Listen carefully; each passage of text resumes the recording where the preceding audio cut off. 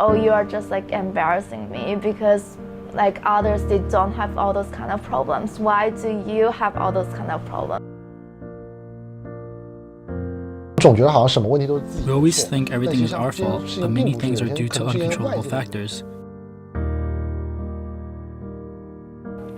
In 2008, there were 100,000 Chinese nationals studying in the US.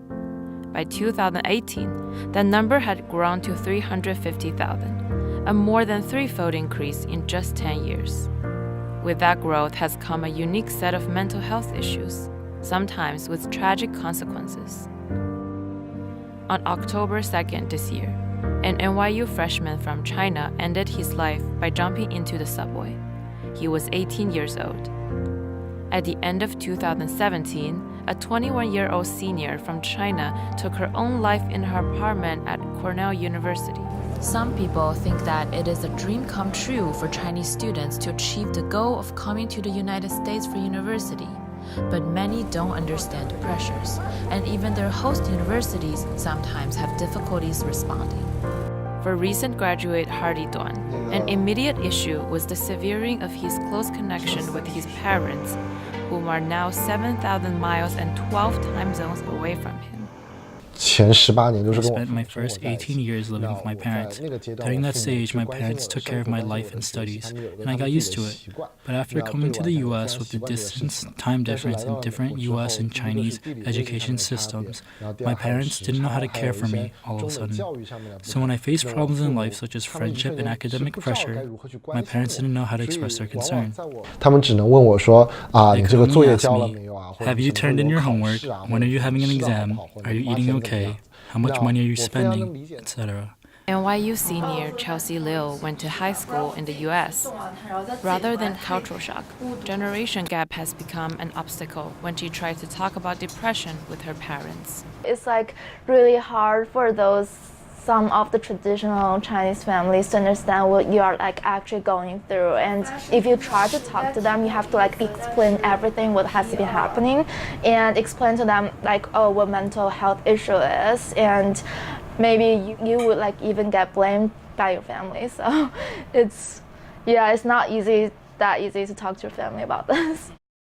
Sumi Okazaki is a professor of applied psychology at NYU, whose research specializes in Asian adolescents and Asian families. I think that a lot of students, I think, have a hard time telling parents that they're having a hard time, mostly because the parents, I think they sense that the parents don't really want to hear that. They want to please their parents. They want to be, show that the parents that they're grateful, for them being here.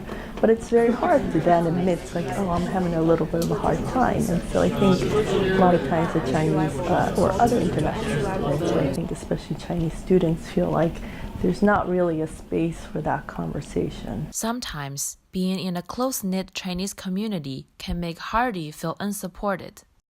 Since there are a certain number of Chinese people at this school, gossip passes by really fast.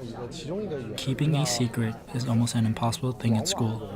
If I tell someone something, I will be prepared that everyone will know the next day. While struggling with academic pressures and life problems, students from China rarely find counselors on campus helpful. She tried to like make safety plans with me.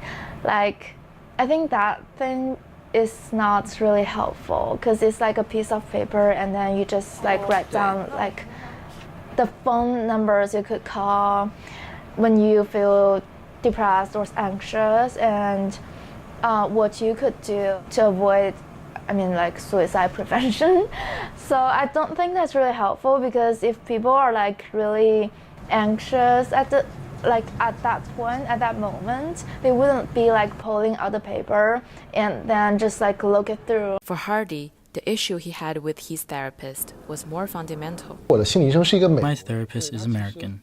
She doesn't know the dynamics between Chinese parents and children and Chinese parents' expectations. Although there are many Chinese in New York, Chinese-speaking doctors are so few. My therapist could only try her best to understand Asian parents and Asian culture, or understand from some stereotypes. As it is not aligned with American culture, I often had to spend a long time explaining why such things happen. Okazaki says when they turn for help, they often run into a lack of resources.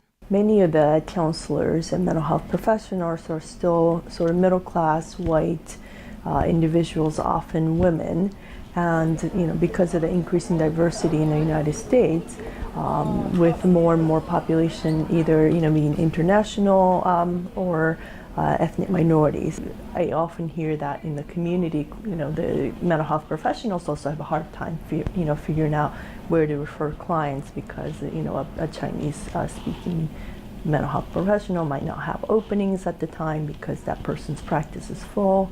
In 2014, 3 Asian Boston-based physicians recognized this strong need and founded the Center of Cross-Cultural Student Emotional Wellness, housed within Massachusetts General Hospital in Boston, which ranks top 2 in psychiatry across U.S. hospitals. Dr. Albert Young says the cultural stigma of seeking mental health support is a first obstacle. Psychiatry, mental health, psychology originated from European American culture. So this is the kind of services that this discipline or many disciplines in mental health are not familiar to Asians or Chinese. A lot of times they run away from mental health providers, mental health services because of the stigma. I'm not having a mental illness. Why do I need to talk to a mental health provider?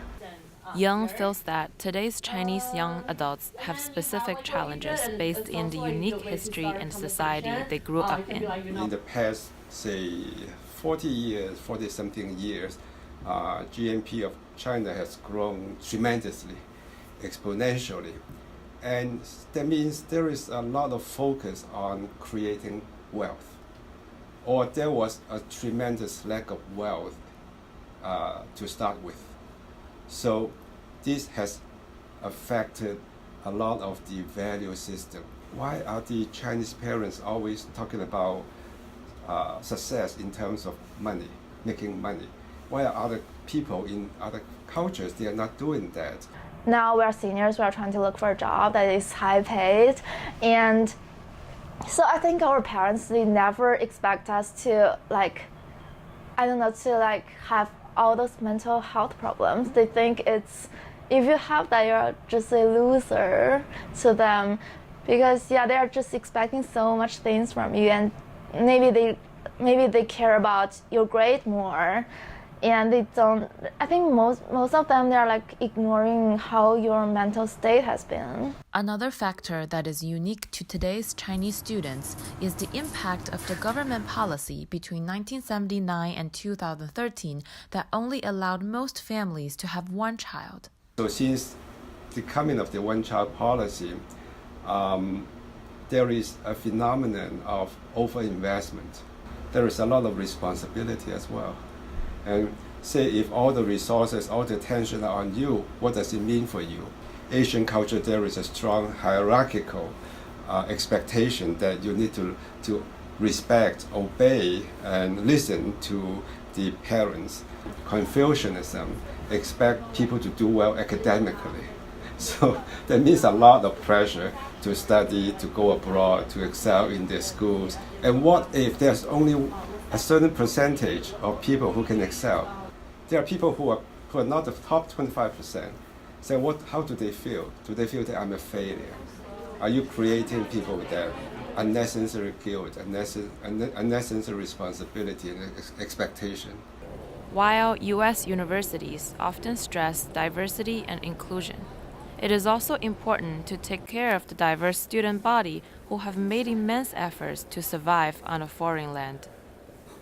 So far, only a handful of U.S. institutions like Purdue and Ohio State universities have set up counseling services for Chinese students.